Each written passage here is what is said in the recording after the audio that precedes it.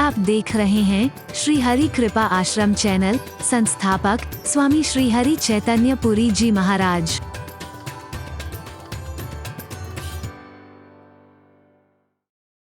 मैं मानता हूं सेवा धर्म इतना सरल नहीं है, लेकिन असंभव भी तो नहीं है। हम बहाने बनाते हैं। कई बार ऐसा भी उदाहरण देखने को मिल जाएगा, किसी ने चाहे कितना भी हमारा आदरणीय हो, उसने कहा बेटा ये काम करो, वो आगे कह देता है यार वो कर लाना जरा। अरे बोल, कितने दुर्भाग्यशाली हम, हमें सेवा का मौका मिला, हम उसको आगे पहुंचा रहे हैं। मजा तो तब है जब दूसरे के हिस्से की भी सेवा करने की कोशिश करो। सीता हमेशा अंतरंग सेवा करती थी श्री राम की, लेकिन आज मां ने भी कहा है बेटा सेवा का अवसर मिला है और मुझे लगता है तुम्हारे भाग्य से ही राम बन को जा रहे हैं, इनकी पूरी सेवा करना। आप देखिए पूरी रामायण में आपको कहीं पर भी राम की सेवा, जो कहती थी सीता कि मैं सेवा करने के लिए साथ चलना चाह रही हूं, कहीं पर भी विशेष सेवा उसने की हो पूरे रामायण में आपको वर्णन नहीं मिलेगा। क्योंकि लक्ष्मण सेवा करने नहीं देता है, वो तो अपने हिस्से की भी और सीता के हिस्से की भी सेवा खुद करने की कोशिश कर रहा है। ये रामचरितमानस के प्रसंगों की विशेषता है, ये अलौकिकता है इसकी कि सीता ने कहीं पर विशेष सेवा की हो, कहीं पर आपको उल्लेख नहीं मिलेगा। यहां कह रही है मैं पंखा किया करूंगी, मैं चरण दबाया करूंगी, मैं आपका पसीना पहुंचा करूंगी, मैं आपके पैरों को सहलाया करूंगी, लेकिन रामायण में कहीं नहीं लिखा उसने ऐसा किया। अरे बोल, तो क्या सीता सेवा नहीं करना चाहती है? करना चाहती है, पर लक्ष्मण करने नहीं देता है। सीता करे उससे पहले लक्ष्मण कर लेता है। अरे बोल, मजा तब है सेवा का अवसर मिले तो उसे चूकना मत, छोड़ना मत उसे। एक बार अगर आप सेवा का अवसर जो अगर आपसे दूर हो रहा है, उसके लिए आप किसी की भी आज्ञा ना मानेंगे तो भी आपको पाप और अपराध नहीं लगेगा, याद रखना। राम आज्ञा दे रहे हैं सीता अयोध्या में रहो, लेकिन सीता ने जो हमेशा राम की आज्ञा मानती है, आप सोच भी नहीं सकते सीता राम की आज्ञा ना माने। ऐसा महान पातिव्रत धर्म का एक आदर्श उदाहरण सीता का, वो राम की आज्ञा ना माने, आप कभी सोच सकते हैं? लेकिन सीता ने तो आज्ञा नहीं मानी। तो पति की आज्ञा मानने ना मानने का क्या पाप लगा होगा सीता को? मैं आपसे प्रश्न कर रहा हूं। लक्ष्मण से कहा लक्ष्मण अयोध्या अनाथ हो जाएगी, तुम्हें यहां रहना है, अयोध्या में रहना है। लक्ष्मण ने नहीं मानी। अरे बोल, चलो ये तो सीता का उदाहरण हुआ, ये तो लक्ष्मण जी का उदाहरण हुआ। राम ने भी अपने गुरु की आज्ञा नहीं मानी एक बार। अरे बोल, परमात्मा श्री राम ने, आप सोच सकते हैं कभी मर्यादा पुरुषोत्तम श्री राम ने? आप कहेंगे कहां लिखा है? रामायण में ही लिखा है, इसी मानस में लिखा है। जनकपुर में राम जी चरण दबा रहे हैं गुरु महाराज के। बार बार मुनि आज्ञा दीनी, बार बार, क्यों एक बार में आज्ञा क्यों नहीं मान ली? ध्यान से सुनना जरा। बार बार मुनि आज्ञा दीनी, रघुवर जाए शयन तब कीनी। बार बार आज्ञा दी। राम से कल्पना करेंगे आप, एक बार में गुरु की आज्ञा ना माने? चरण दबा रहे हैं, सेवा से विमुख होने की आज्ञा अगर एक बार ना मानोगे ना तो आपको पाप नहीं लगेगा, लेकिन सेवा की अगर आज्ञा नहीं मानोगे तो इससे महान अपराध और कोई नहीं हो सकता है। सेवा को त्यागने की अगर आज्ञा, सेवा अगर छूट रही है तो आप किसी की भी आज्ञा नहीं मानते, सेवा करना चाहते हैं तो आप पाप और अपराध से मुक्त हो जाएंगे, याद रखना। बार बार आज्ञा देने का मतलब एक बार में आज्ञा नहीं मानी है ना। राम ने आज्ञा नहीं मानी, लक्ष्मण ने आज्ञा नहीं मानी है, क्योंकि सेवा से विमुख जो करे ऐसी आज्ञा नहीं मानोगे तो कोई बात नहीं। अरे बोल, सेवा करने का भाव है। आपको तो कदम कदम पर सेवा करने की कोशिश करनी है, चाहे घर में हो या बाहर, कहीं पर भी हो। हमारी बहू बड़ी अच्छी आई है महाराज जी, सौभाग्यशाली हो, किस्मत वाले हो। महाराज जी हमें तो बिस्तर से नीचे भी नहीं उतरने देती है। अच्छा, मैं इनका बहुओं से, बेटियों से, बच्चों से मैं कहता हूं बड़ों की सेवा करना, लेकिन आपसे कहता हूं खुश होने की जरूरत नहीं है। बिस्तर से भी नहीं उतरने देती, निकम्मे हो जाओगे, जंग लग जाएगा शरीर में, बेकार हो जाओगे। सेवा करने का भाव रखना, सेवा कराने का भाव मत रखना। इस शरीर को चलाते फिराते रहोगे तो बहुत अच्छा है। शिष्य गुरु की सेवा करने का भाव रखे, लेकिन गुरु सेवा कराने का भाव ना रखे। अरे बोल, पुत्र माता पिता की सेवा करने का भाव रखे, पर माता पिता सेवा कराने का भाव ना रखे। याद रखना। अरे बोल। संत की सेवा समाज करने की सोचे, भाव रखे, करने की कोशिश करे, लेकिन संत समाज की सेवा, वो तो समाज की सेवा करने की कोशिश करे, समाज से सेवा कराने की कोशिश ना करे कभी। सेवा करने का भाव हो आपका, और यहां तक कि अपने हिस्से की सेवा तो करो, दूसरे की भी हिस्से की सेवा करने की कोशिश करो, तब तो मजा है। और अपने हिस्से की सेवा दूसरों पे डालो, ये तो शर्मनाक स्थिति है। सेवा का मौका मिले तो चूकना मत, लक्ष्मण की तरह उठ करके भाग देना। अरे बोल, अरे बोल। ये अवध कांड का अगला आपको संदेश है। और आपको, और मैं बता रहा हूं, धन्य है वो माता पिता जो सेवा के कार्य में अगर बच्चे आगे बढ़ रहे हैं, धर्म के मार्ग में अगर आगे बच्चे बढ़ रहे हैं, तो उनको रोकने की कोशिश नहीं करते हैं। श्री राम ने जैसे तैसे स्वीकार किया, लक्ष्मण चलो, लेकिन कहा जाओ मां से आज्ञा मांग करके आओ। ठीक है, तुम मुझे माता पिता मानते हो, गुरु सखा सब कुछ मानते हो, लेकिन जन्म देने वाले मां बाप का महत्व ना हो, यह नहीं हो सकता है। जाओ अपनी मां से आज्ञा मांग करके आओ। राम ने अपने दायित्व का ठीक से निर्वाह किया है, मर्यादा का पालन किया, लेकिन सुमित्रा तो 2 कदम आगे बढ़ गई है। जब सारी कथा सुनी है, कहने लगी अरे लक्ष्मण तुम्हें शर्म आनी चाहिए। एक तरफ कहते हो कि वैदेही ही मेरी मां है, राजा महाराजा राम ही मेरे पिता हैं, और दूसरी तरफ तू मेरे को अभी तक मां मान रहा है। तेरे अंदर अभी तक मोह मेरे प्रति है। मोह रहते तो प्यार हो ही नहीं सकता है कभी भी। तात तुम्हार मातु वैदेही,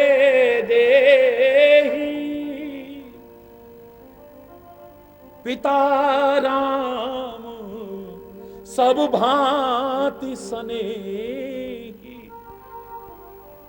अरे काहे को आया यहां पर तू? आज्ञा माननी थी तो राम की माननी थी, सीता की माननी थी। हम देह के माता पिता हैं, पर वो वैदेही है, देह की नहीं, वैदेही। अरे बोल। असली मां बाप तो तेरे वही है। धर्म तेरा असली मां बाप है, राष्ट्र तेरा असली मां बाप है।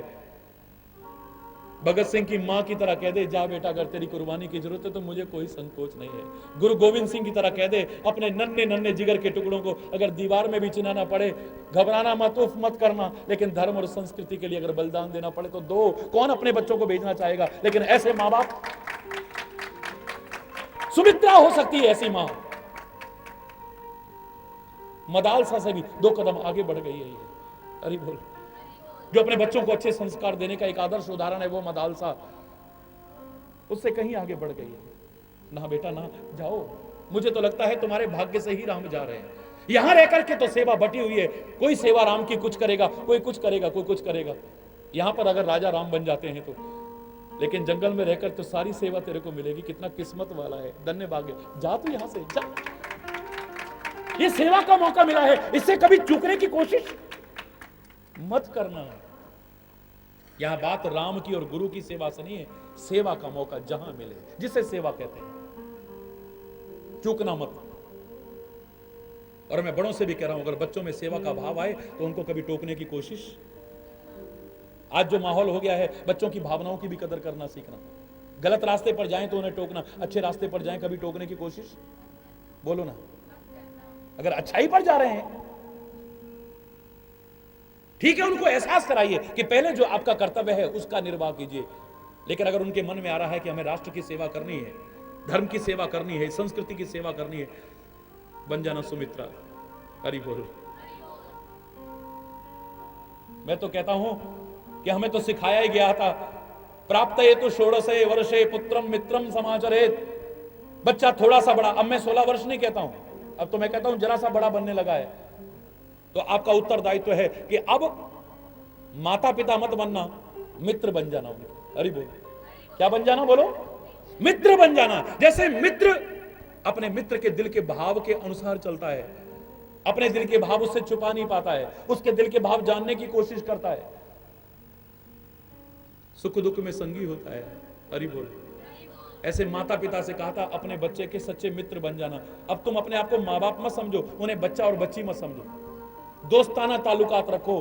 वरना ये दोस्ती की तलाश में गुमराह हो जाएंगे, भटक जाएंगे, ये झूठे प्यार की तलाश में गुमराह हो जाएंगे। तुम मित्र बन जाओ ना इनके, तुम इनसे प्यार करो, ये झूठे प्यार की तरफ क्यों भागेंगे? तुम बन पाए हो या नहीं बन पाए हो, लेकिन सुमित्रा ने अपना नाम सिद्ध कर दिया कि वो मित्र नहीं है, सुमित्रा है। कितनी प्यारी मित्र है कि जाओ, अगर तुम्हें ये मौका मिल रहा है तो इसे चूकना मत, जाओ तुम। सचमुच सुमित्रा बन करके दिखाया है, सुमित्रा बनी है ये, सुमित्रा। ऐसा मित्र कौन होगा बताइए? अगर तेरा ऐसा व्यक्तित्व निखर सकता है, आज चाहे भरत का प्यार कितना भी ऊंचा होगा, हरि बोल, सुमित्रा का आदर्श कितना भी ऊंचा होगा, और मैं कह रहा हूं लक्ष्मण से भी बढ़कर के उर्मिला का है। अगर उर्मिला सहयोग ना दे, लक्ष्मण क्या खाक सेवा करेगा? अगर पत्नी घर में सहयोग ना करे, पति कुछ नहीं कर सकता है धर्म का मार्ग, और पति अगर सहयोग ना करे तो पत्नी कर सकती है। अगर पत्नी को घर में कोई बंधन इस तरह का अच्छे काम में जाते हुए नहीं मिल रहा है, उसे अपने पति के प्रति कृतज्ञता ज्ञापित करनी चाहिए। बच्चों को मौका मिल रहा है, माँ बाप के प्रति कृतज्ञता ज्ञापित करनी चाहिए।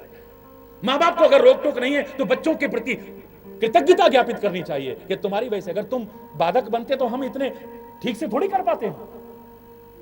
अरे बोल, इनका व्यक्तित्व बहुत ऊंचा उठा होगा, लेकिन राम के साथ अगर पूजनीय बना है, आदरणीय बना है, जन जन के लिए एक आदर्श बना है, तो लक्ष्मण बना है। भरत नहीं बन पाया, और कोई नहीं बन पाया, क्योंकि सब कुछ छोड़ करके साथ। अरे बोल, अरे बोल, भरत जैसा आदर्श उदाहरण दुनिया में नहीं मिलेगा। मैं मानता हूं लक्ष्मण के त्याग से लाख गुना आगे बढ़ गया, मैं तो राम के त्याग से भी भरत का त्याग 2 कदम आगे मानता हूं, उसकी तपस्या 2 कदम आगे मानता हूं। राम को तो वनवास मिला है, भरत को वनवास तो नहीं मिला है। राम तो जंगलों में रह करके तपस्या कर रहा है, वहां तो करनी ही पड़ेगी, लेकिन यहां महलों में रह करके, फिर पर्णकुटी बना करके, और जमीन पर नहीं। राम तो जमीन पर रहता है, भरत तो जमीन के नीचे खोद करके रहता है। कितना कस रहा है अपने शरीर को, कितना तपा रहा है अपने शरीर को, ऐसा कठोर तप को तो शायद राम का भी नजर नहीं आया। बोलिए, भरत किसी चीज में कम नहीं है, लेकिन राम के साथ अगर जुड़ा है तो कौन जुड़ा है? दक्षिणे लक्ष्मणो यस्य वामे च जनकात्मज। दाईं तरफ छोटे लोग नहीं होते, बड़े लोग होते हैं। अरे बोल, मेरा एक प्रश्न है छोटा सा, दाहिनी ओर हम किनको जगह देते हैं? बोलिए, आप लोग तो समझदार हैं, कोई भी बड़ा बुजुर्ग, अरे नहीं आप इधर नहीं, इधर इधर बैठो। अरे बोल, बोलो ना, दाहिना स्थान किसका? आदरणीय जनों का होता है, नहीं होता? बोलो, दाहिना स्थान तो आदरणीय जनों का होता है, ये बड़प्पन का प्रतीक है, आदर का प्रतीक है। लेकिन राम के भी दाएं भाग में बिठा दिया है लक्ष्मण को। अरे बोल, उम्र में चाहे कोई छोटा हो, लेकिन सेवा जो अच्छी तरह से करता है वो कभी छोटा नहीं हो सकता है, याद रखिए। इस धरा पर अगर परमात्मा का स्वरूप हमारे सामने कोई है, और मैं परमात्मा से बढ़कर के भी कह दूं तो उनको कहूंगा जो समाज के लिए, राष्ट्र के लिए, जन जन के लिए सेवा करने की कोशिश कर रहे हैं, जो अपना सर्वस्व अर्पण कर देते हैं, उन संतों को, उन गुरुओं को। क्योंकि गुरु के लिए भी वाल्मीकि कहता है, तुमते अधिक गुरु ये जी जाने, आपसे भी बढ़कर के हो जाते हैं, जिनका अपना कोई स्वार्थ नहीं है। हरि बोल, राम की तुलना तो किसी से क्या करूं मैं, राम तो राम ही है। खुद राम कह देता है, मनुष्य शत्रुपा वरदान मांग रहे हैं कि आपके जैसा पुत्र चाहिए। बोले, अपने जैसा कहां खोजूं? ये आत्म प्रशंसा के शब्द नहीं, ये आपको भी जानना चाहिए। राम भी जानते हैं कि मेरे जैसा दूसरा कौन हो सकता है। अरे बोल, दूसरा कोई हो ही नहीं सकता है। आप सरिस खोजो कहां जाई, नप तब तने हो में आई। मैं आपका बेटा खुद बन करके आऊंगा, मेरे जैसे तो फिर मेरा जैसा ही है। अरे बोल, लेकिन धन्य है जो सेवा के मार्ग पर चलता है, प्रभु की सेवा के मार्ग पर चलता है, राष्ट्र की सेवा के मार्ग पर चलता है, धर्म की सेवा के मार्ग पर चलता है, जन जन की सेवा के मार्ग पर चलता है, बड़ों की सेवा के मार्ग पर चलता है। मैं तो बड़ों से भी बड़ा अगर उसे कह दूं तो कोई संकोच नहीं है मुझसे। धन्य है सब, सीधा सीधा ये आप छोटे से एक इशारे हैं, ये छोटे छोटे, हम इन्हें खाली मूर्तियां समझ लेते हैं, पर ये क्या इशारे दे रही हम कभी समझते नहीं है। अरे बोल, हनुमान भी कितना सेवा का आदर्श रहा होगा, पर चरणों में जगह है। हरि बोल। और उसको भी दाहिनी तरफ ही बिठाते हैं, बाईं तरफ उसको भी नहीं बिठाते हैं। बोलो ना, आप देखो ना जरा।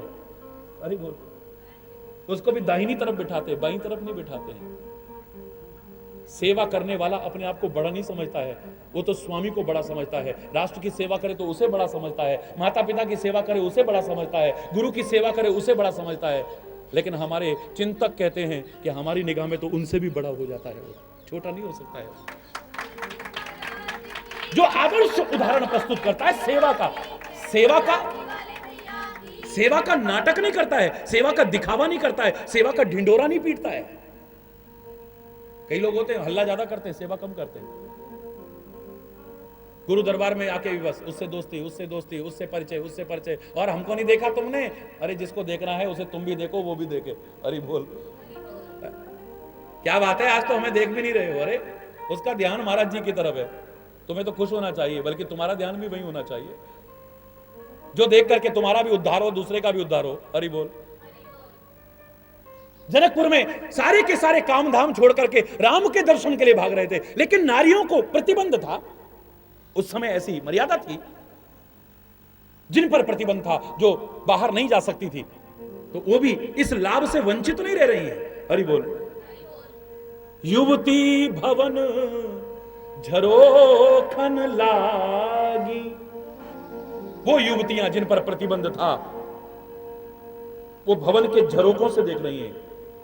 पहली बार मौका मिला है, इस आंखों ने पता नहीं क्या क्या नहीं देखा है, पर जो देखना चाहिए आज पहली बार देखने को मिल रहा है, तो क्यों चूके भाई। तो वो भी वंचित नहीं रहना चाहती हैं, वो भी उन झरोकों में से इस तरह से झांक रही हैं, उनको भी पता ना लगे। लेकिन वो तो ऐसा है ना, अरे बोल, उसकी नजर कहां नहीं है। बोलो ना, वो कहां नहीं है। तुम्हारे दिल में भी भाव आएगा, बाद में वो जान जाता है पहले। तुम बोलोगे बाद में वो जान जाता है पहले। तुम सुनाओगे बाद में वो जान जाता है पहले। जिसको सुनाना है उसी को सुनाना, जिसको दिखाना है उसी को दिखाना। ये दुनिया को दिखाने की आवश्यकता नहीं है। देखने वाला देखता है, आप छुप के भी करोगे तो भी, अच्छा करोगे तो, बुरा करोगे तो। अरे बोल, ये दुनिया देखे ना देखे, लेकिन जिसको दिखाना है उसको दिखाओ तुम। अरे बोल। मैं तो ऐसे ऐसे लोगों को जानता हूं जिन्होंने कभी आके नहीं कहा महाराज जी हम वहां पे सेवा कर रहे थे, और ऐसा, जिनको नहीं करनी होती, जो खाली अपने मन के अनुकूल जीवन, हमें तो सेवा का मौका नहीं मिलता, हम तो बोर, हमें तो कोई काम नहीं। अरे काम करने हमें को रसोई में नहीं, अब रसोई में इतनी जगह है, कितने लोग घुस जाएंगे। बोलो ना। और हर आदमी रसोई में घुस जाएगा तो बाकी सेवा कौन करेगा। तुम अपने मन के अनुकूल सेवा क्यों करना चाहते हो। तुम्हें जो मौका मिले वहीं पर शुरू हो जाओ ना।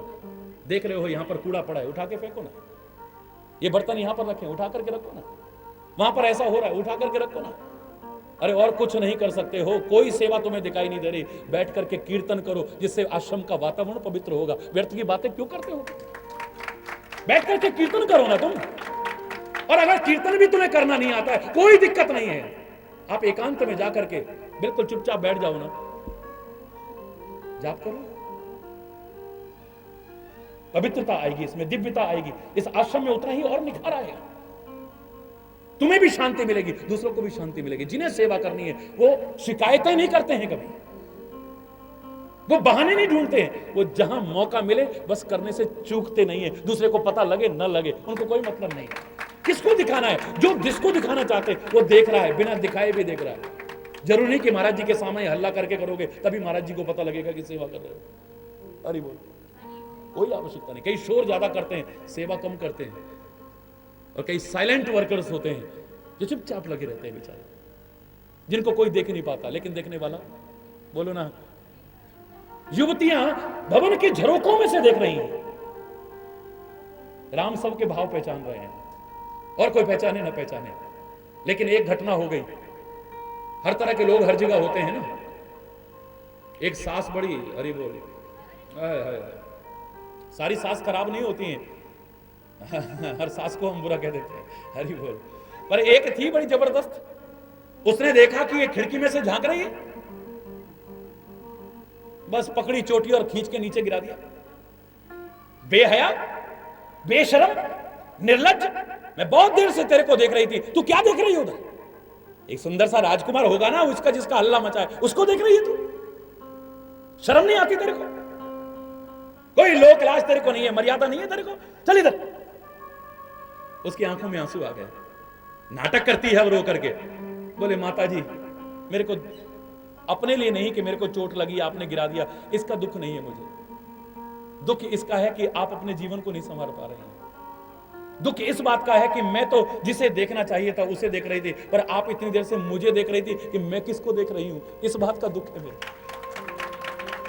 आप मुझे देख रही थी कि मैं कहां देख रही हूं। काश तुमने भी उसी को देखा होता जिसे मैं देख करके अपने नेत्रों को, अपने जन्म को सफल कर रही थी, तो तुम्हारा भी नेत्र भी सफल हो जाते, तुम्हारा जन्म भी सफल हो जाता। हरि बोल, जोर से बोलो।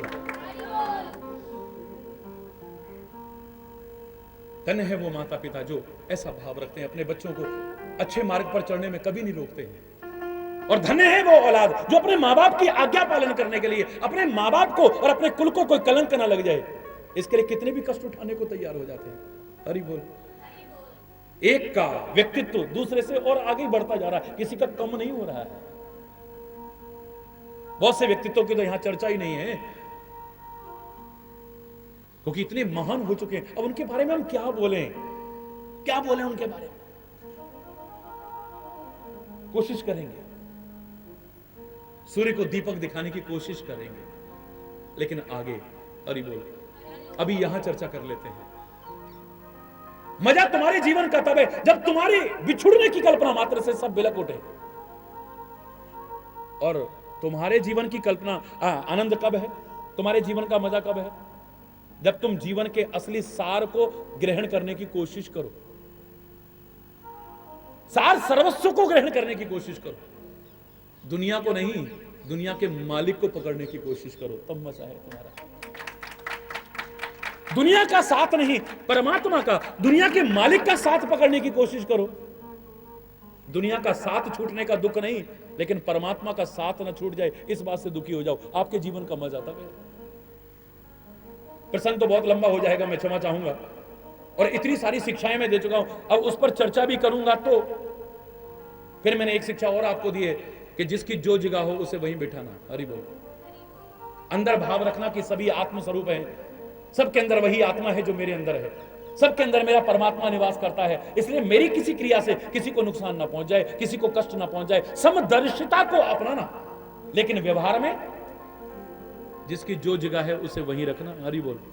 अगर व्यवस्था चाहते हो, एडमिनिस्ट्रेशन बनाए रखना चाहते हो, शांति चाहते हो, तो पत्नी कब कहती है, कलेश कब करती है, शादी काहे को की थी मेरे से? अगर मां बाप के पल्लू से बंधे रहना था तो किसने कहा था तुमसे शादी करो? उनकी मर्जी के बिना आप एक कदम चल ही नहीं सकते। हमारी तो कोई बात ही नहीं है, हमारी तो कोई पूछ ही नहीं है, हमारी तो कोई कदर ही नहीं है। और उन्होंने झूठ मूठ भी शिकायत कर दी, आके ऑफिस से आके थप्पड़ मारना शुरू कर दिया। पहले जान तो लो कि हमारी गलती है या नहीं। पत्नी को यह कहना पड़ता है, मां बाप को किसी किसी से कहना पड़ता है, बस अब तो इसकी शादी हो गई, अब तो हमारे हाथ से गया ही, बस अब तो ये बीबी का ही हो गया है। अरे बोल, जोर से बोलो ना। पूरा परिवार कह रहा है बस अब तो गुरु महाराज आ गए, अब तो बस हमारे पापा, मतलब ही नहीं है भाई। अरे बोल, बस अब हमारा किसी से अब कोई मतलब नहीं है। मैं कहता हूं देवताओं, अगर शांति चाहते हो, पत्नी को पत्नी की जगह रखना, माता को माता की जगह रखना, पिता को पिता की जगह रखना, भाई को भाई की जगह रखना, संतान को संतान की जगह रखना, मेहमान को मेहमान की जगह रखना, और धर्म को धर्म की जगह रखना, तब देखो जीवन में क्या आनंद आता है। अवस्था नहीं बनेगी कभी। एडमिनिस्ट्रेशन की पहली शर्त यह होती है कि जिसकी जो जगह है उसे वहीं पर रखो। अंतर्भाव आपका होना चाहिए कि सब वही है जो मैं हूं। हरि बोल। कोई भेद नहीं। अंदर से भाव है कि सब सोना है, लेकिन जब तक एक आकार बन गया है, जगह है, अंगूठी यहीं पर रखो बस। हरि बोल। नथ को यहीं रखो, कुंडल को यहीं रखो, हार को यहीं रखो, कड़े को यहीं रखो, हर एक की जगह निश्चित है सब सोना। जब तोड़ दोगे तो सब सोना है, अब कोई जगह नहीं है। हरि बोल। जिसकी जो जगह है उसे वहीं पर रखना, तब शांति रहेगी, कलेश नहीं होगा, याद रखना, अगर शांति चाहते हो तो। अब हम वहीं पर आ रहे हैं जहां हमारा कल प्रसंग चल रहा था। मैं क्या कहूं, मैं रह नहीं पाता हूं, क्योंकि यहां एक एक शब्द में इतना भरा हुआ है कि सारा जीवन एक शब्द पे भी निकाले तो शायद कम पड़ जाएगा। हरि बोल। और हमें तो जितनी ज्यादा से ज्यादा शिक्षाएं लेनी और देनी है, कोशिश वो करनी है। हरि बोल। हमारा भाव क्या हो कि हम परमात्मा का साथ कभी न छूट जाए, ये हमारे मन में भाव हो रहना चाहिए। एक तुम ना हमसे रूठो, चाहे रूठे कुल जमाना, जग की नहीं है परवाह, पर तुम न भूल जाना, प्रभु तुम न हमसे रूठो, चाहे रूठे वो क्या बिगाड़ लेंगे, गर तू मदद करेगा वो क्या, गर तू है हाथ में तुम्हारे, उन सब का आबोदाना है हाथ में तुम्हारे, उन सब का आबोदाना, प्रभु तुम ना हमसे रूठो, चाहे रूठे निर्बल व बेकसों का, एक तू ही है सहारा, निर्बल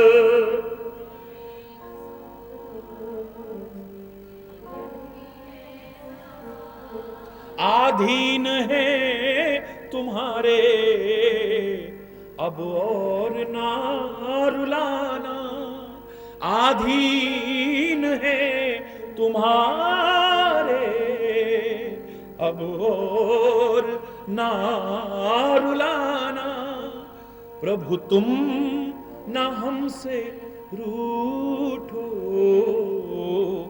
चाहे रूठे कुल जमाना, तेरे ही हौसले पर दुनिया में जी रहे हैं, तेरे ही हौसले पर दुनिया में, ए दो जहां के मालिक तू गैर बन न जाना, ए दो जहां के मालिक तू गैर बन न जाना, प्रभु तुम न हमसे रूठो, चाहे रूठे ये कुल जमाना, प्रभु तुम न हमसे,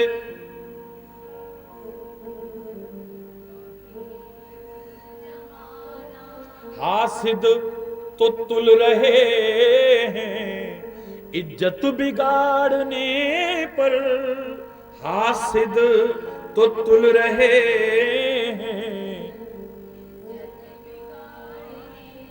दुख हारी हरी तू ही, इज्जत मेरी बचाना, दुख हारी हरी तू ही, इज्जत मेरी बचाना, प्रभु तुम न हमसे रूठो, चाहे रूठे, ये दुनिया रूठ जाएगी तो कुछ नहीं बिगड़ने वाला। अरे बोल, जोर से बोलो ना। ये दुनिया एक बार रूठ जाएगी तो हमारा कुछ नहीं बिगड़ने वाला है। ये दुनिया अगर हमसे दूर हो गई तो कोई बात नहीं, पर तू अगर रूठ गया, तू अगर दूर हो गया, तेरा साथ अगर छूट गया तो फिर हमारा दुनिया में कौन।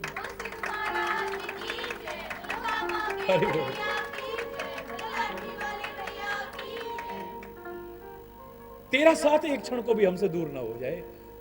विस्तार से कल आपने सुना, सारे अवधवासियों के मन में बस एक ही विचार आ रहा है, राम लक्ष्मण और सिया, इनके बिना तो हमें सुख मिलेगा ही नहीं, इनसे दूर रह करके हम सुखी नहीं रह सकते हैं। यह भाव खाली सीता का नहीं है कि राम से बिछोड़ करके मैं सुखी नहीं रह पाऊंगी, चाहे अयोध्या के सुखों में रहूं या जनकपुर के सुखों में रहूं। यह लक्ष्मण का ही भाव नहीं है कि मैं राम के बिना, परमात्मा के बिना कभी सुखी नहीं रह सकता हूं। जो सुख चाहे जगत में शरण राम की, उसकी शरण के बिना सुख है ही नहीं कहीं। अवध का हर व्यक्ति आज यही भाव रख रहा है। और मैंने तो कहा था ना कि आप भी अपने आप को अवध बना लेना, अपने आप को ही अवधपुर बना लेना, बस अपने आप को अवधपुर बना लेना। और इतना सोच लेना कि इस अवधपुर में से जिस दिन राम निकल गया तो हमारा भी बेकार है, सब बेकार है। ये जो शरीर इतना सुंदर लग रहा था, इतना आकर्षक लग रहा था, इतना सुहावना लग रहा था, ये अब भयावना लगने लग जाएगा, बेकार हो जाएगा हमारा शरीर। जब तक उसका साथ है तभी तक है सब कुछ। हरि बोल। गुरु का साथ ना छूट जाए, प्रभु का साथ ना छूट जाए किसी भी हालत में, अगर वो छूट गया तो फिर हरि बोल। एक उंगली अगर पकड़े रखी अगर सही हमने, तो इस संसार के मेले में खोएंगे नहीं हम लोग, भटकेंगे नहीं हम। हरि बोल। वरना इतना भीड़ भरा मेला है ये, पता नहीं कहां खो जाएगा। जैसे माता पिता की उंगली पकड़े रखते हैं, और इसलिए कि हम गलती कर सकते हैं, माता पिता हमें पकड़ लेते हैं। और अगर हम छोटे बच्चे बन जाएं तो हमें गोदी में ही उठा लेते हैं, क्योंकि भीड़ बहुत ज्यादा है, कहीं उंगली ना छूट जाए। छोटे बच्चे बन जाना, उसके वक्त बन जाना, वो तुम्हें गोदी में भी उठा लेगा, दुलारेगा, तुम्हें प्यार देगा, इस जंगल में भटकने नहीं देगा तुम्हें, इस संसार में भटकने नहीं देगा तुम्हें। तुम उंगली पकड़ करके कभी छोड़ सकते हो, या तुम्हारे हाथ से कभी छूट सकती है, वो पकड़ लेगा तुम्हें। हरि बोल। उससे प्रार्थना करना कि तू हमसे कभी मत दूर हो जाना, बस। तू अगर दूर हो गया तो हमारा कुछ नहीं, क्योंकि तेरे जैसा हमारा हो भी कौन सकता है। तेरे नाते से हम सबसे प्यार करेंगे, सबसे स्नेह करेंगे, लेकिन हम जानते हैं तेरे जैसा कौन दयालु होगा, कौन कृपालु होगा। ऐसो को उदार जगो माई, बिन सेवा, ये दुनिया की सेवा भी करते हैं तो बाद में नाराजी होते हैं सारे के सारे। अरे बोल। और हम तेरी कोई सेवा नहीं कर पाते तो फिर भी हमारे पर कृपा ही कर रहा है, रीझ रहा है हमारे ऊपर। तेरे जैसा कौन हो सकता है। बिन सेवा जो द्रव्य दीन पे राम सरिस, परमात्मा के जैसा कौन हो सकता है, गुरु के जैसा कौन हो सकता है। क्या सेवा करेंगे हम उनकी, बोलिए क्या सेवा कर रहे हैं हम। सेवा के नाम पर दिखावा भी करते हैं, कई बार सेवा करते हैं, अपना सुख चाहते हैं, वो सेवा है ही नहीं। सेवा करने वाले कितने हैं और कितनी सेवा कर पाते हैं। हरि बोल। लेकिन गुरु फिर भी प्रसन्न है, परमात्मा फिर भी प्रसन्न है। हम उन्हें भूल जाते हैं लेकिन वो हमें नहीं भूलते। हरि बोल। फिर भी हम मूर्खतावश कहेंगे कि गुरु महाराज आप हमें भूल गए हो, आपने हमें भुला दिया है, हे प्रभु आप हमें भूल गए हो। अब तो लगता है परमात्मा ही भूल गया। परमात्मा नहीं भूलता है, गुरु कभी नहीं भूलता है, तुम भूल जाते हो, मूर्खतावश तुम भूल जाते हो। इसलिए दुनिया में भूल जाते हो तुम, इसलिए भूल भुलैया में पड़ जाते हो तुम। इस संसार की भूल भुलैया में तभी खोने की संभावना हो जाती है, क्योंकि तुम उसे भूल जाते हो। लेकिन वो नहीं भूलता है। मैंने आपको बताया था, मैं घंटों रोया था इस बात पे, घंटों। और घंटों रोने के बाद कितने दिन तक मेरे आंसू नहीं थमे थे, खाली इतनी सी बात याद करके कि हम लोग ये कह देते कि प्रभु हमें भूल जाता है। वो भूल जाता है, वो कभी नहीं भूलता भाई, हम भूल जाते हैं। और परमात्मा को पता है ये संसार के लोग भूल जाते हैं, इतने भुलक्कड़ हैं। इन्होंने गर्भ में कॉल किया था, उसे भूल गए कि हमें बाहर निकाल, हम तेरा सुमिरन करेंगे, भजन करेंगे, ये उसे भी भूल गए। यहां आकर के ये सब कुछ भूल जाते हैं। दुनिया की भूल भुलैया में मेरे को भूल जाते हैं, अपने गुरु को भूल जाते हैं, गुरु के वचनों को भूल जाते हैं। इतने भुलक्कड़ है ना ये, पर है तो मेरी औलाद, इसलिए कहीं ये सांस लेना ना भूल जाए। कृपाल तो देखो उसकी, ये सांस लेना ना भूल जाए कहीं। इतने दुनिया के लोग भुलक्कड़ हैं, ये कहीं सांस लेना भूल गए तो इनका जीवन ही नहीं बचेगा, इनका जीवन ही नहीं बचेगा। ये मेरा भजन सिमरन जो करने की संभावना है वो कहां से करेंगे। इसलिए सारे काम इनको सौंप देता हूं, पर इनका सांस मैं चलाता हूं। सांस लेना इनके जिम्मे में नहीं सौंपता, क्योंकि ये तो भुलक्कड़ इतने हैं, कभी सांस लेना ही भूल गए तो इनका जीवन ही नहीं बचेगा। बताइए, इतनी कृपालुता। तुम सांस लेते हो, तुम लेते हो सांस, बोलो। सांस चल रहा है, ब्रश तुम करते हो, शौच आदि क्रियाएं तुम करते हो, भोजन तुम करते हो, दुनिया के कर्म तुम करते हो, लेकिन सांस तुम नहीं लेते हो। अगर तुम्हें सांस लेना पड़ रहा है तो कुछ ना कुछ विकृति है। अरे बोलो, सामान्य जीवन में आप सांस लेते नहीं, सांस चलता है अपने आप। वरना तुम सो रहे थे तब तुम्हारा सांस कौन, तुम ले रहे थे सांस। इस जीवन को मैं जो कह रहा हूं आपसे अवध, क्योंकि अवध में से अगर राम निकल गया तो अवध बेकार है। और मैंने आपसे कहा इसे अवध बनाना है हमें। इसे अवध काहे का प्रतीक है? हरि चैतन्यपुरी ने आपको 3 पुरी बताई हैं। एक अवधपुरी है, एक जनकपुरी है, एक लंकापुरी है। अवधपुरी साधना की प्रतीक है। यहां पर राम दर्श हित लोग सब करत नेम जप जोग, यहां पर साधना करते हैं लोग, परमात्मा के दर्शन के लिए साधना करते हैं लोग। ये साधना का प्रतीक है। और जनकपुर ज्ञान और सिद्धावस्था का प्रतीक है। अगर तुम साधना करते गए, आगे बढ़ाते गए, तो एक दिन जनकपुर पहुंच जाओगे। और जनकपुर पहुंच गए तो वहां पर आत्मा और परमात्मा का, यानी सीता और राम का तो मिलाप होना ही होना है, इसमें कोई संदेह की बात नहीं। यहां पर तो ये प्रिया प्रियतम का संयोग तो होना ही होना है, आत्मा और परमात्मा का मिलाप तो होना ही होना है। तुम साधनावस्था पर आगे बढ़ते रहो, तुम सिद्धावस्था तक पहुंच जाओगे, जनकपुर पहुंच जाओगे। हरि बोल। अवधपुरी ये साधकों की नगरी है, जनकपुरी सिद्धों की नगरी है, लेकिन लंकापुरी विषयी लोगों की, लंकापुरी विषयी लोगों की है, जो विषयों में लगे रहते हैं, भोगों में लगे रहते हैं, विलासताओं में लगे रहते हैं, दूसरों को सताने में लगे रहते हैं। अगर तुमने अपने जीवन को लंकापुरी बना लिया तो वैसे तो सृष्टि के कण कण में राम समाया है, लेकिन लंका के पास पहुंच करके भी लंका में प्रवेश नहीं करेगा, लंका के अंदर चरण नहीं रखेगा, तुम्हारे अंदर कभी आने की कोशिश नहीं करेगा। याद रख लेना, तुम्हारे अंदर होते हुए तुम्हारे अंदर तुम्हें एहसास ही नहीं होगा कि परमात्मा हमारे पास है। रावण ने तो फिर भी एक संभावना रखी थी कि राम आए, मेरी लंका में एक किनारे पर रहे, क्योंकि त्रिकूट पर्वत पर है ये लंका। 3 इसकी चोटियां हैं, 3 इसके बड़े बड़े स्तर हैं। एक में उसने अपनी नगरी बसा रखी है, जो सोने की नगरी बसी हुई है। दूसरे में अखाड़ा होता है, जिसका लंका कांड में वर्णन आता है। और तीसरे पर कुछ भी नहीं है। मुझे लगता है कि रावण ने सोचा कभी राम तो आएगा जरूर, तो वो कहां रहेगा, कम से कम एक कूट तो उसके लिए खाली छोड़ दूं। रावण जैसा एक कूट खाली रखता है, लंका में आकर के राम उसी कूट पर रुकते हैं। रावण अपने राम के लिए एक कूट तो खाली छोड़ देता है, पर हमने तो दिल में जगह भी नहीं छोड़ी है उसके लिए, तो क्या फायदा बताइए। हमने तो उसे लंकापुरी बनाया, त्रिकूट पर्वत नहीं बनाया है। त्रिकूट पर्वत पर एक किनारे पर लंका हो सकती है, एक पर वो अखाड़ा खेलता है, तीसरा कोना उसने खाली छोड़ा हुआ है। पर तुमने कोई कोना खाली छोड़ा है? बोलो ना, अरे बोल। कोई जगह साफ सुथरी करके रखी है कि मेरे प्रभु ने यहां पर, अरे बोल। इसे अवधपुर बना लेना, छोड़ो सारे चक्कर।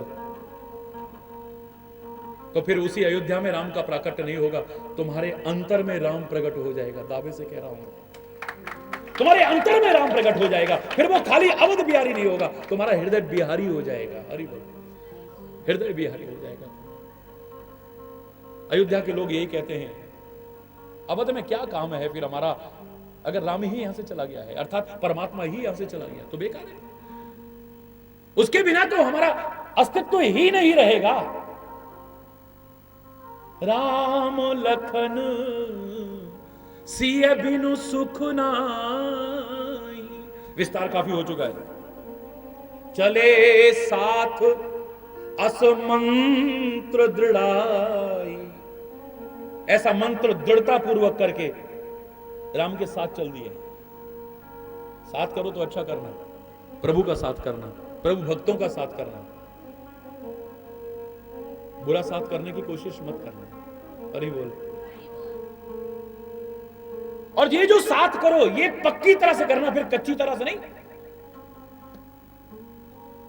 दुष्टों का साथ करके तुम्हें कष्ट मिल जाता है, पर तुम्हारा दुष्टों से मोह नहीं हटता है।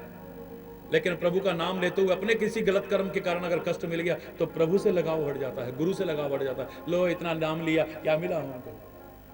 दृढ़ता होनी चाहिए, परिपक्वता होनी चाहिए तुम्हारे अंदर। ये जो बात बात में डगमगा जाओ, ऐसा नहीं। अवध पूर्ववासी मैं उन्हीं को कहता हूं जो ये विचार भी करें और इस विचार को दृढ़ता पूर्वक धारण भी करें। चले साथ असमंत्र दृढ़ाई, सुर दुर्लभ सुख सदन बिहाई।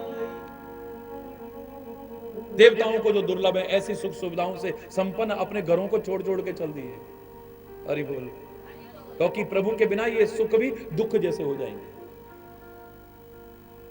इनका मन क्या नहीं कर रहा होगा कि हमें भी सुख सुविधाएं मिलें, भोग विलास मिलें। जिसका जिससे लगाव हो जाता है ना, उसके अलावा फिर उसे कुछ अच्छा नहीं लगता है। जिनका राष्ट्र से लगाव हो गया, हर आदमी सुख चाहता है और सुख के लिए रात दिन प्रयास कर रहा है, लेकिन वो जिस रास्ते पर चल रहे थे जानते थे यहां पर सुख नहीं है, दुख है। पर क्या करें, भारत माता से प्यार हो गया है। अरे बोले, क्योंकि प्यार का उदाहरण एक ही नहीं होता है, मां से भी प्यार हो सकता है, भाई से भी प्यार हो सकता है, बोलो ना, गुरु से भी प्यार हो सकता है, प्रभु से भी प्यार हो सकता है। प्यार का अर्थ एक ही मत, तुम्हारे मन में विकृतियां हैं तब तुम प्यार का अर्थ एक ही लगाते हो। अरे बोलो ना, प्यार तो किसी से भी हो सकता है। भारत माता से प्यार हो गया है। अब भारत माता अच्छी लगती है, बस सुख सुविधाएं अच्छी नहीं लगती हैं, घर बार अच्छा नहीं लगता है, माँ बाप अच्छे नहीं लगते हैं, बीवी बच्चे अच्छे नहीं लगते हैं, बस भारत माता के लिए सब कुछ त्यागने को तैयार हो गए हैं बस। अब भोग विलास अच्छे नहीं लगते हैं, वो वैभव अच्छा नहीं लगता है, मेरी मां का वैभव बना रहे, बस मेरे को कोई बात नहीं, मुझे कष्ट भी मिले तो चलेगा। हरि बोल। ध्यान वहीं पर लगा है तो दूसरी तरफ उदो मन न भये, जोर से बोलो 10-20। ये मन 10-20 नहीं है, एक ही मन है, जिधर लगा लो। अगर ठीक से लगा लिया, दृढ़ता से लगा लिया तो दूसरी तरफ मन जाएगा ही नहीं, मैं दावे से कह रहा हूं। क्या करें, जब भजन में मन लगाते हैं ना तो मन पता नहीं कहां कहां जाता है। अरे बोल, अरे बोल, अरे बोल। अब मैं इस पे ज्यादा चर्चा इस समय नहीं करता, छोड़ो, आगे संभालेंगे इसे। अरे बोल, इसलिए जाता है क्योंकि मन कोई 10-20 नहीं है, अभी मन ठीक से तुमने दिया ही नहीं है। लोगों की निगाह में होगा ग्वाला, लोगों की निगाह में होगा कि ये अब हमें छोड़ करके चला गया है, लेकिन ब्रज गोपियां कहती है उदो मन न दहे 10-20। अरे भगवान की आराधना करो ना, उस ग्वाले का नाम लेके क्या मिलेगा? बोले तुम्हारी निगाह में होगा ग्वाला, तुम्हारी निगाह में होगा कि वो हमें जाकर के भूल चुका है, लेकिन हमारा तो एक ही मन था, एक होतो सो गयो श्याम संग को आराधे ईश। अब तेरे ईश्वर की आराधना कौन करे? हमारा मन तो जिसे तू ग्वाला कह रहा है वो कन्हैया ही चुरा करके ले गया, अब बचा ही नहीं हमारे पास, क्या करें? ये मन कोई 10-20 थोड़ी है, तेरे ईश्वर को भी लगा दें, उधर भी लगा दें, वो अब तुम पता नहीं मन को कहां कहां लगा करके भी फिर अपने आप को भक्त समझते हो। हरि बोल। पता नहीं स्टोर बना रखा है, इसमें सब कुछ घुसेड़ने की कोशिश करते हो और स्टोर में सफाई नहीं रह पाती है, लाख कोशिश करके। हरि बोल। उतनी सफाई नहीं रह पाती जितनी आप ड्राइंग रूम की सफाई कर लेते हो। हरि बोल। जितनी बेडरूम की सफाई कर लेते हो, ड्राइंग स्टोर की इतनी सफाई रोज रोज नहीं हो पाती है ना। बोलो, कर पाते हो रोज रोज?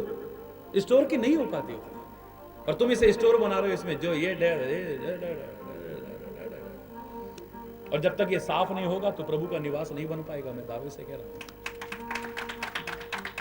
जब तक ये निर्मल नहीं होगा प्रभु का निवास नहीं बन पाएगा। लाख कोशिश करते रहो तुम भक्ति का दिखावा कर सकते हो, फिर ढोंग कर सकते हो, पाखंड कर सकते हो, भक्ति नहीं कर पाओगे तुम। रावण जैसा सहज कह देता है हो यही भजन न तामस देहा। उनका भक्ति करके पार हो, जो भगवान से वैर करके क्यों पार होना चाहते हो? रावण स्वीकार कर लेता है वो यही भजन, मेरे से भजन नहीं होगा, तामसी शरीर है मेरा, मेरा खान पान तामसी है, शराब मैं पीता हूं, मीट मैं खाता हूं, गंदी प्रवृत्तियां मेरी हैं, तो इन सब से मन पर तो पहला अन्न का प्रभाव पड़ता है, मेरा मन दूषित है। और भगवान तो निर्मल मन में ही आते हैं। भक्ति तो निर्मल मन से ही हो सकती है, मेरा मन ही निर्मल नहीं है, मेरा खान पान निर्मल नहीं है, तो भजन का ढोंग कर सकता हूं, दिखावा कर सकता हूं, भक्ति नहीं कर पाऊंगा। हम कहते हैं हम भक्ति कर रहे हैं, लेकिन रावण जैसा कह रहा मैं भक्ति का दिखावा कर सकता हूं, भक्ति नहीं कर पाऊंगा। मैं बताइए, हो यही भजन न तामस, मेरे भजन हो ही नहीं पाएगा। मैं इसलिए वैर करके भगवान के वाणों से मर करके भवसागर से पार, तो भक्ति मुझसे नहीं होगी, और नाटक करना मुझे पसंद नहीं है। हरि बोल। रावण कह रहा है पर हम कर लेते हैं नाटक। हरि बोल। सोच लो हम फिर कहां जीवन जी रहे हैं। मेरी बात तो बुरी लग सकती है, लेकिन मैं बोले बिना नहीं रहता हूं। अरे वो चाहे वो मैं अपने मन को प्रहार करने की कोशिश करूं या आपके मन को प्रहार करने की कोशिश करूं, पर मेरा उद्देश्य प्रहार नहीं है। तुम्हारे मन को प्रहार करके, चाहे अपने मन को प्रहार करके पहुंचा तो प्रभु की ओर ही रहा हूं। जैसे ठोकर मारते हैं बॉल को और पहुंचाते हैं सामने की तरफ, पहुंचा तो उधर ही रहा हूं। इसलिए प्रहार का उद्देश्य नहीं है मेरा, कोई मारने का उद्देश्य नहीं है।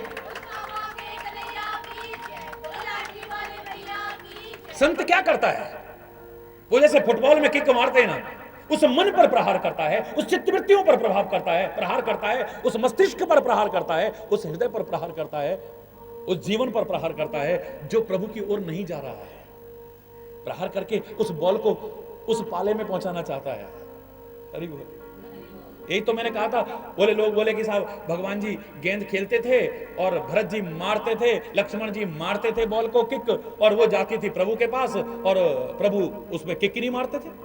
अरे बोल, और प्रभु हार जाते थे और भरत जी जीत जाते थे। रामायण में इशारा है इसका। तो ये तो जानबूझ करके हारना हुआ। तो ऐसा क्यों करते थे? बोले भैया मैंने कहा बॉल तो एक बहाना है, ये सब प्रतीकात्मक चीजें हैं। इससे क्या प्रेरणा मिलती है? सुनो, भरत जैसा भक्त, भरत जैसा संत अपने मन को बॉल का माध्यम बना करके, जो अगर प्रभु की तरफ न जाए तो उसे प्रहार करके उधर भेजता है। अरे बोल। और प्रभु कहते हैं मेरे भक्त ने जो मन मेरी तरफ भेजा है, अपने चित्त वृत्तियों को मेरी तरफ प्रहार करके भेजा है, अब इनको प्रहार करना मेरा काम नहीं हो सकता है। मैं इन्हें मार करके अब दूर कैसे भगा सकता हूं? अपने चरणों में आए को ठुकराना तो मेरा काम ही नहीं है, चाहे वो बॉल हो या कोई व्यक्ति क्यों ना हो। एक बार जब मैंने ऐसा कहा, हरि बोल, हरि बोल, एक बार जब मैंने ऐसा कहा तो एक व्यक्ति ने खड़े होकर तुरंत, क्योंकि मेरे जो करोड़ों श्रोता हैं, दर्शक हैं, वो भी बड़े जागरूक हो गए। हरि बोल। एक व्यक्ति ने झट से अगले दिन प्रश्न कर लिया, बोले महाराज जी आपने कहा कि भगवान तो अपने चरण में आए को नहीं ठुकराते, चाहे वो बॉल ही क्यों ना हो, तो फिर कन्हैया ने टुल्ल क्यों मारा था गेंद में और काली देह में चली गई थी? अरे मैंने कहा प्रभु बहुत अच्छी बात है, आप कितने सतर्क होकर के सुन रहे हैं और आप कितना ध्यान पूर्वक सुन रहे हैं और ध्यान रखते हैं बातों का, ये बड़ी अच्छी बात लगी मेरे को। राम जी तो इसलिए हारते थे, भरत को इसलिए जिताते थे कि वो अपनी बॉल को, अपने मन को, अपने मस्तिष्क को, अपने हृदय को, अपनी चित्त वृत्तियों को जो प्रभु की ओर धकेल रहा है उसको धक्का नहीं मारते हैं। ठीक है, बड़ी अच्छी बात है। तो फिर कृष्ण ने आई हुई बॉल को धक्का क्यों मारा? मैंने कहा फिर किसी किसी को भगवान माध्यम बनाते हैं, किसी किसी को माध्यम बनाते हैं, जहां पर गंदगी हो वहां भेजते हैं। इसलिए नहीं कि वो गंदा हो जाए, इसलिए भेजते हैं कि उस गंदगी को वहां से साफ करके आ जाए। काली देह में जो जहर फैला था वो अपना भक्त ही जो चरणों में आया है उसे धकेल नहीं रहे हैं, उसे वहां भेज रहे हैं। अगर हमारा धक्का होता और उसे अपने से दूर करने की कोशिश की होती तो खुद भी वापस क्यों कूदते? अगर तेरे को वहां भेजा है तो तेरे को बचाना और तेरे को वापस लाना, बचा करके, ये भी मेरा ही उत्तरदायित्व है। ये प्रभु करते हैं। उस काली देह में से जहर समाप्त करके, उस गंदगी को समाप्त कर अपने भक्तों को, अपने संतों को भेजते हैं। ठीक है, लेकिन उनको बचाते भी तो वही हैं, उनको उबार करके फिर वापस भी तो वही लाते हैं। किसी किसी को, किसी किसी की माध्यम बनाते हैं, इसी गंदगी में भेज देते हैं, लेकिन गंदा नहीं होने देते हैं। अरे भाई, उसको माध्यम बना करके गंदगी को ही साफ करा देते हैं। बोलो ना, ठीक है। मैंने कहा बड़ा अच्छा प्रश्न किया है, लेकिन ये अपवाद स्वरूप है। किसी किसी के साथ ऐसा भी प्रभु करते हैं। अरे बोलो, अपने भक्तों को भेज रहे हैं, संतों को भेज रहे हैं। एक नाली को साफ करना है तो किसी को तो नाली में नीचे उतरना ही पड़ेगा। बोलो ना, बोलो ना, उतर करके ही साफ होगी ना। उस गंदगी में उतरना भी पड़ता है, नहीं उतरना पड़ता। अब सारे ही ऐसा सोचते रहे तो फिर तो सफाई कैसे हो? बोलो। धन्य है वो लोग जो प्रभु कृपा से माध्यम बनते हैं, खुद पवित्र रहते हुए औरों की गंदगी साफ करके उन्हें भी पवित्र करने की कोशिश करते हैं। धन्य है ऐसे, चाहे वो बॉल हो या, बोलो ना, अरे बोल। तो जिनका ध्यान उधर लग गया है, मन 10-20 नहीं है, उनको कुछ और चीज अच्छी नहीं लगेगी। कल मैंने आपसे कहा कि जैसे पतंगे को दीपक की लौ अच्छी लगती है, अब उसके सामने दीपक की लौ जल रही हो और सामने चाहे कितनी भी अच्छी अच्छी चीजें पड़ी हो, वो वहां जाएगा या वहां जाएगा? बोलो बोलो, कहां जाएगा? दीपक की लौ पर मंडराएगा, क्षमा पर मंडराएगा, यहां तक कि मंडराएगा नहीं, अपनी जान भी कुर्बान कर देगा। कितनी भी अच्छी चीजें, कितनी भी सुंदर, कितनी आकर्षक चीजें होंगी तुम्हारी निगाह में बहुत सुंदर सुंदर, दीपक की लौ आपके निगाह में बहुत सुंदर नहीं है, लेकिन उसे वो सुंदर लगती है, उससे बढ़कर के उसके लिए कुछ नहीं है, सब बेकार है उसके लिए। भौरे को कमल की गंध अच्छी लगती है, तो दूर से खिंचा हुआ उसी की ओर आएगा। आसपास कितनी भी अच्छी अच्छी चीजें पड़ी हो, उस पर ध्यान उसका नहीं जाएगा। बोलो, वो तो उसमें आएगा भी, और शाम हो गई, बंद हो गया, उसे होश ही नहीं है। उस कमल की पंखुड़ियों में ही अपने आप को कैद करके यहां तक कि उस पर जान भी कुर्बान कर देता है। ऐसे ही भक्त भी, उसके तो एक ही चीज अच्छी लगती है ना, इसलिए उसको भी चरण कमल कहा है, प्रभु के गुरु के चरण कमल कहा है। तो भक्त को अपने गुरु के और परमात्मा के चरण कमल अच्छे लगते हैं। वो भौरा बन चुका है, और जो भौरा है उसका ध्यान इधर उधर जाता ही नहीं, वो तो बस कमल के ऊपर आ गया तो कमल में ही मस्त हो जाता है, बस उसे कुछ चाहिए नहीं। राम चरण, बोलो, पंकज प्रिय जी नहीं, विषय भोग बस करही किति नहीं। राम के चरण कमलों में जिसका प्यार हो गया है, उसको विषय भोग अपने वश में नहीं कर सकते हैं, सांसारिक सुख सुविधाएं अपनी ओर आकर्षित नहीं कर सकती हैं। वो उस प्यार के लिए सब कुछ त्यागने को तैयार हो जाएगा। अरे बोल, सब कुछ त्यागने का तात्पर्य ये मत सोचना कि हर आदमी अपना घर बार छोड़ देना। अरे बोल, वहां पर तो लौकिक एक लीला थी, अवतारिक लीला थी, साकार लीला थी। तो यहां पर एक उदाहरण दिया है कि राम का साथ ना छूट जाए, राम के साथ सब चलने को तैयार है, सब कुछ छूट जाए बेशक, लेकिन यहां पर तो राम जंगल में नहीं जा रहा है, राम हमारे घर पे भी है, हमारे कमरे में भी है, हमारे अंदर भी है, हमारे बाहर भी है, हमारे ऊपर भी है, हमारे नीचे भी है, हमारे दाएं भी है, हमारे बाएं भी है। वो कहां नहीं है, कहीं जाने की आवश्यकता नहीं है। तुम जहां हो कोशिश करो तो वहीं उसे प्राप्त कर सकते हो। उसका साथ कभी छोड़ने की कोशिश मत करना। इसका तात्पर्य नहीं कि कहीं चल करके जाना है। यह आध्यात्मिक जो यात्रा है, यह पैरों से नहीं चली जाती है। कई बार सारी पृथ्वी की परिक्रमा करने वाले भी इस क्षेत्र में एक कदम नहीं चल पाते, और जो घर बैठे बैठे, कुटिया में बैठे बैठे इसमें चलने की कोशिश कर रहे हैं, कई बार वो इतना आगे निकल जाते हैं कि शायद कोई निकल ही ना पाए उनसे आगे। यहां बैठा बैठा व्यक्ति भी बहुत आगे निकल सकता है, और कोई व्यक्ति अगर कितना भी चल ले, जैसे चलना चाहिए नहीं चलता है, तो एक कदम भी आगे, बोलो ना, ये आध्यात्मिक यात्रा सांसारिक यात्रा से भिन्न है थोड़ा। यहां पर पैरों से चलने का महत्व नहीं है, मन से चलने का महत्व है। अरे बोल, जोर से बोलो ना। फिर वहां पर ये बहाने नहीं है, अब क्या करें जी, अब हम तो अभी छोटे बच्चे हैं ना, जरा बड़े हो जाएंगे ना तब हम जरूर चलेंगे। अरे बोल, अब क्या करें जी, हम मन तो बहुत कर रहा है पर हम बुजुर्ग हो गए ना, अब शरीर भी काम नहीं करता, अब वहां जाकर के हमें तो फिर सेवा करवानी पड़ेगी सेवा, इसलिए हमारे साथ जाने का फायदा क्या है। अरे बोल, अरे ये सब बातें आती नहीं दिमाग में, ये आती नहीं। इसलिए तुलसीदास ने जवानों का तो उल्लेख ही नहीं किया शुरू में। बालक, बोलो, वृद्ध बिहाय गृह, बालक भी और वृद्ध भी अपना घर छोड़ करके चल दिए। बालक भी, वृद्ध भी, बस इतना कहने में आ गया कि बाकी सब तो फिर जाएंगे। जवानों को तो चला भी जाएगा, बच्चा सोचेगा वहां पे यार कोई एंटरटेनमेंट तो होएगा नहीं, जंगल में जाके क्या करेंगे हम, वहां पे तो टीवी भी देखने को नहीं होएगा, इंटरनेट भी नहीं होगा। अरे बोल, लेकिन बच्चा भी जा रहा है। आप यहां देखते हो छोटे छोटे बच्चों का भी रोते हैं, बल्कि जाने की बात आए तो मम्मा प्लीज एक दिन और रुक जाओ ना। प्यार चीज ही ऐसी है, वहां से हटने को मन ही नहीं करेगा, कोई भी क्यों ना होगा। वहां बच्चे और वृद्ध की बात नहीं है, पुरुष और स्त्री की बात नहीं है, गरीब और अमीर की बात नहीं है। ये प्यार में तो सभी के सभी मगन हो जाते हैं। प्यार तो ऐसी चीज है। अरे बोल, जोर से बोलो ना। ये प्यार कोई, ये बड़ी अद्भुत चीज है, ये बड़ी अनुपम चीज है। पता नहीं लोग इसको छोड़ करके और चीजों में कैसे लगे रहते हैं। हरि चैतन्य को तो इससे बड़ी कोई चीज दुनिया में नजर नहीं आई। मन करता है कि बस इतना प्यार बांटो, इतना प्यार बांटो, बस आगे में कुछ बोल ही नहीं रहा। कितना बांटो अब इसके बारे में तो है ही नहीं। और परमात्मा इस जीवन को उपजाऊ बनाना। कोई प्यार का एक बीज भी अगर इसमें डाले तो अनंत गुना होकर के उसको वापस मिल जाए, और मिल रहा है ईश्वर की कृपा से। अनंत गुना होकर के मिले। एक बीज जैसे बोते हैं तो कितने बीज होकर के वापस मिलते हैं। ऐसे ही प्यार का अगर एक बीज इसमें कोई बोए तो उसे इतना होकर के मिले। उपजाऊ भूमि बनाना इस। हरि बोल। ये प्यार चीज ही ऐसी है। देखो आप कैसे कैसे बुजुर्ग, मैं जब ये बुजुर्गों को देखता हूं, अम्मा जी जैसों को देखता हूं, तो इस उम्र जब भी चल नहीं पा रहे हैं, लेकिन लोग कहते हैं हाय आपको बड़ी तकलीफ हो रही होगी, पर वो कहते नहीं महाराज जी का साथ ना छूट जाएगी।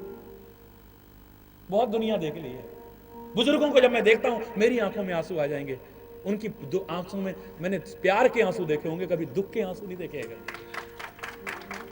यहां पर बुजुर्ग भी, बच्चे भी, आप देखिए कैसे मगन होकर के लगे। क्या आप, क्योंकि प्यार में इन चीजों का एहसास ही कहां होता है, दुख और सुख का तो एहसास ही नहीं है वो। अरे बोल, जोर से बोलो। बालक वृद्ध विहाय गृह, लगे लोग सब साथ। जितने लोग थे अवध में सारे के सारे लग गए। आप कहोगे कैकेयी, अपवादों को छोड़ दीजिए आप, इक्के दुक्के ऐसे भी होते हैं। हरि बोल। हर जगह पर होते हैं। हरि बोल। ऐसे लोग भी लग जाएंगे, जाएंगे कहां, प्रभु को छोड़ करके जाएंगे कहां। पर इतना है कि बहुत कुछ गंवा के जब लगते हैं, ये उनकी मूर्खता है। शुरू से लग जाएं तो ज्यादा अच्छा है, आनंद आएगा। बहुत कुछ गंवा करके लगेंगे, फिर इनको शर्मिंदगी होगी, फिर इनको गिलानी होगी अपने ऊपर, फिर इनको पश्चाताप होगा, तब लगेंगे। इससे बेहतर है पहले से ही लग जाओ। हरि बोल। दुखों में घबरा करके फिर लगो, इससे अच्छा पहले ही लग जाओ। किसी ने कहा ना दुख में सुमिरन सब करें, हालांकि अधूरापन सा लगता है, लेकिन फिर भी दुख में सुमिरन सब करें, सुख में करे न कोई। जो सुख में सुमिरन करे तो दुख काहे को। एक हद तक सही भी है। अगर तू पहले से ही करता होता तो ये दुख की नौबत ही ना आती, मुसीबत की नौबत ही ना आती, विपत्ति की नौबत ही ना आती। ये तभी आती है जब जब तू परमात्मा को अपने से दूर करने की कोशिश करता है। हरि बोल। जोर से बोलो ना। बालक वृद्ध विहाय गृह, लगे लोग सब साथ। तमसा तीर निवास किए, प्रथम दिवस रघुनाथ। प्रथम दिवस रघुनाथ। पहले दिन तमसा के किनारे पर वास किया है। 3 टाइम की कथा हो गई और अभी तक हम यहीं पे चल रहे हैं। हरि बोल। क्या करें, राम को अपने से दूर करने को मन ही नहीं कर रहा। हम जानते हैं कि राम यहां अवधवासियों को छोड़ के भागने वाला है। हरि बोल। वहां तक सोच करके लगता है कि अगर हम भी वहां होंगे, क्योंकि राम जानता है कि ये सब मुझसे इतना प्यार करते हैं, मुझसे दूर नहीं होना चाहेंगे, और इनका प्यार कहीं मेरे कार्य में बाधक ना बन जाए।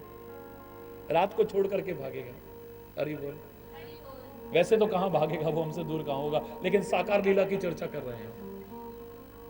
मैं तो उसकी चर्चा कल्पना करके ही मुझे अजीब सा होने लगता है कि हम भी अगर उन लोगों में होते और हमें अगर ऐसे चुपचाप छोड़ करके राम सोते हुए और ऐसे चले जाते, तो क्या हाल। मेरा आगे बढ़ने को मन नहीं, लेकिन बढ़ना है। हरि बोल। क्योंकि आगे नहीं बढ़ेंगे तो इस धरा का जो काम श्री राम ने किया और जिससे उनके व्यक्तित्व का निखार आया, वो हम चर्चा नहीं कर पाएंगे। शक्ति भी उन्हीं से मांगेंगे कि हमें ताकत देना कि हम भूल पाए। हरि बोल। तमसा के किनारे पर पहले दिन निवास किया है। आज 14 वर्ष का जो वनवास है उसका पहला दिन है आज। और कहते हैं आज खाली जल पिया है सबने, किसी ने कोई अन्न इत्यादि ग्रहण नहीं किया। किसी ने भी नहीं किया, किसी ने भी ग्रहण नहीं किया।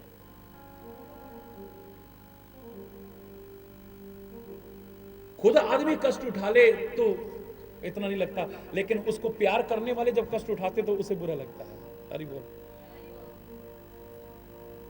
तो उसके प्यार करने वाले उससे कष्ट उठाएं तो उसे बड़ा अजीब सा लगता है, और वो भी राम जैसे।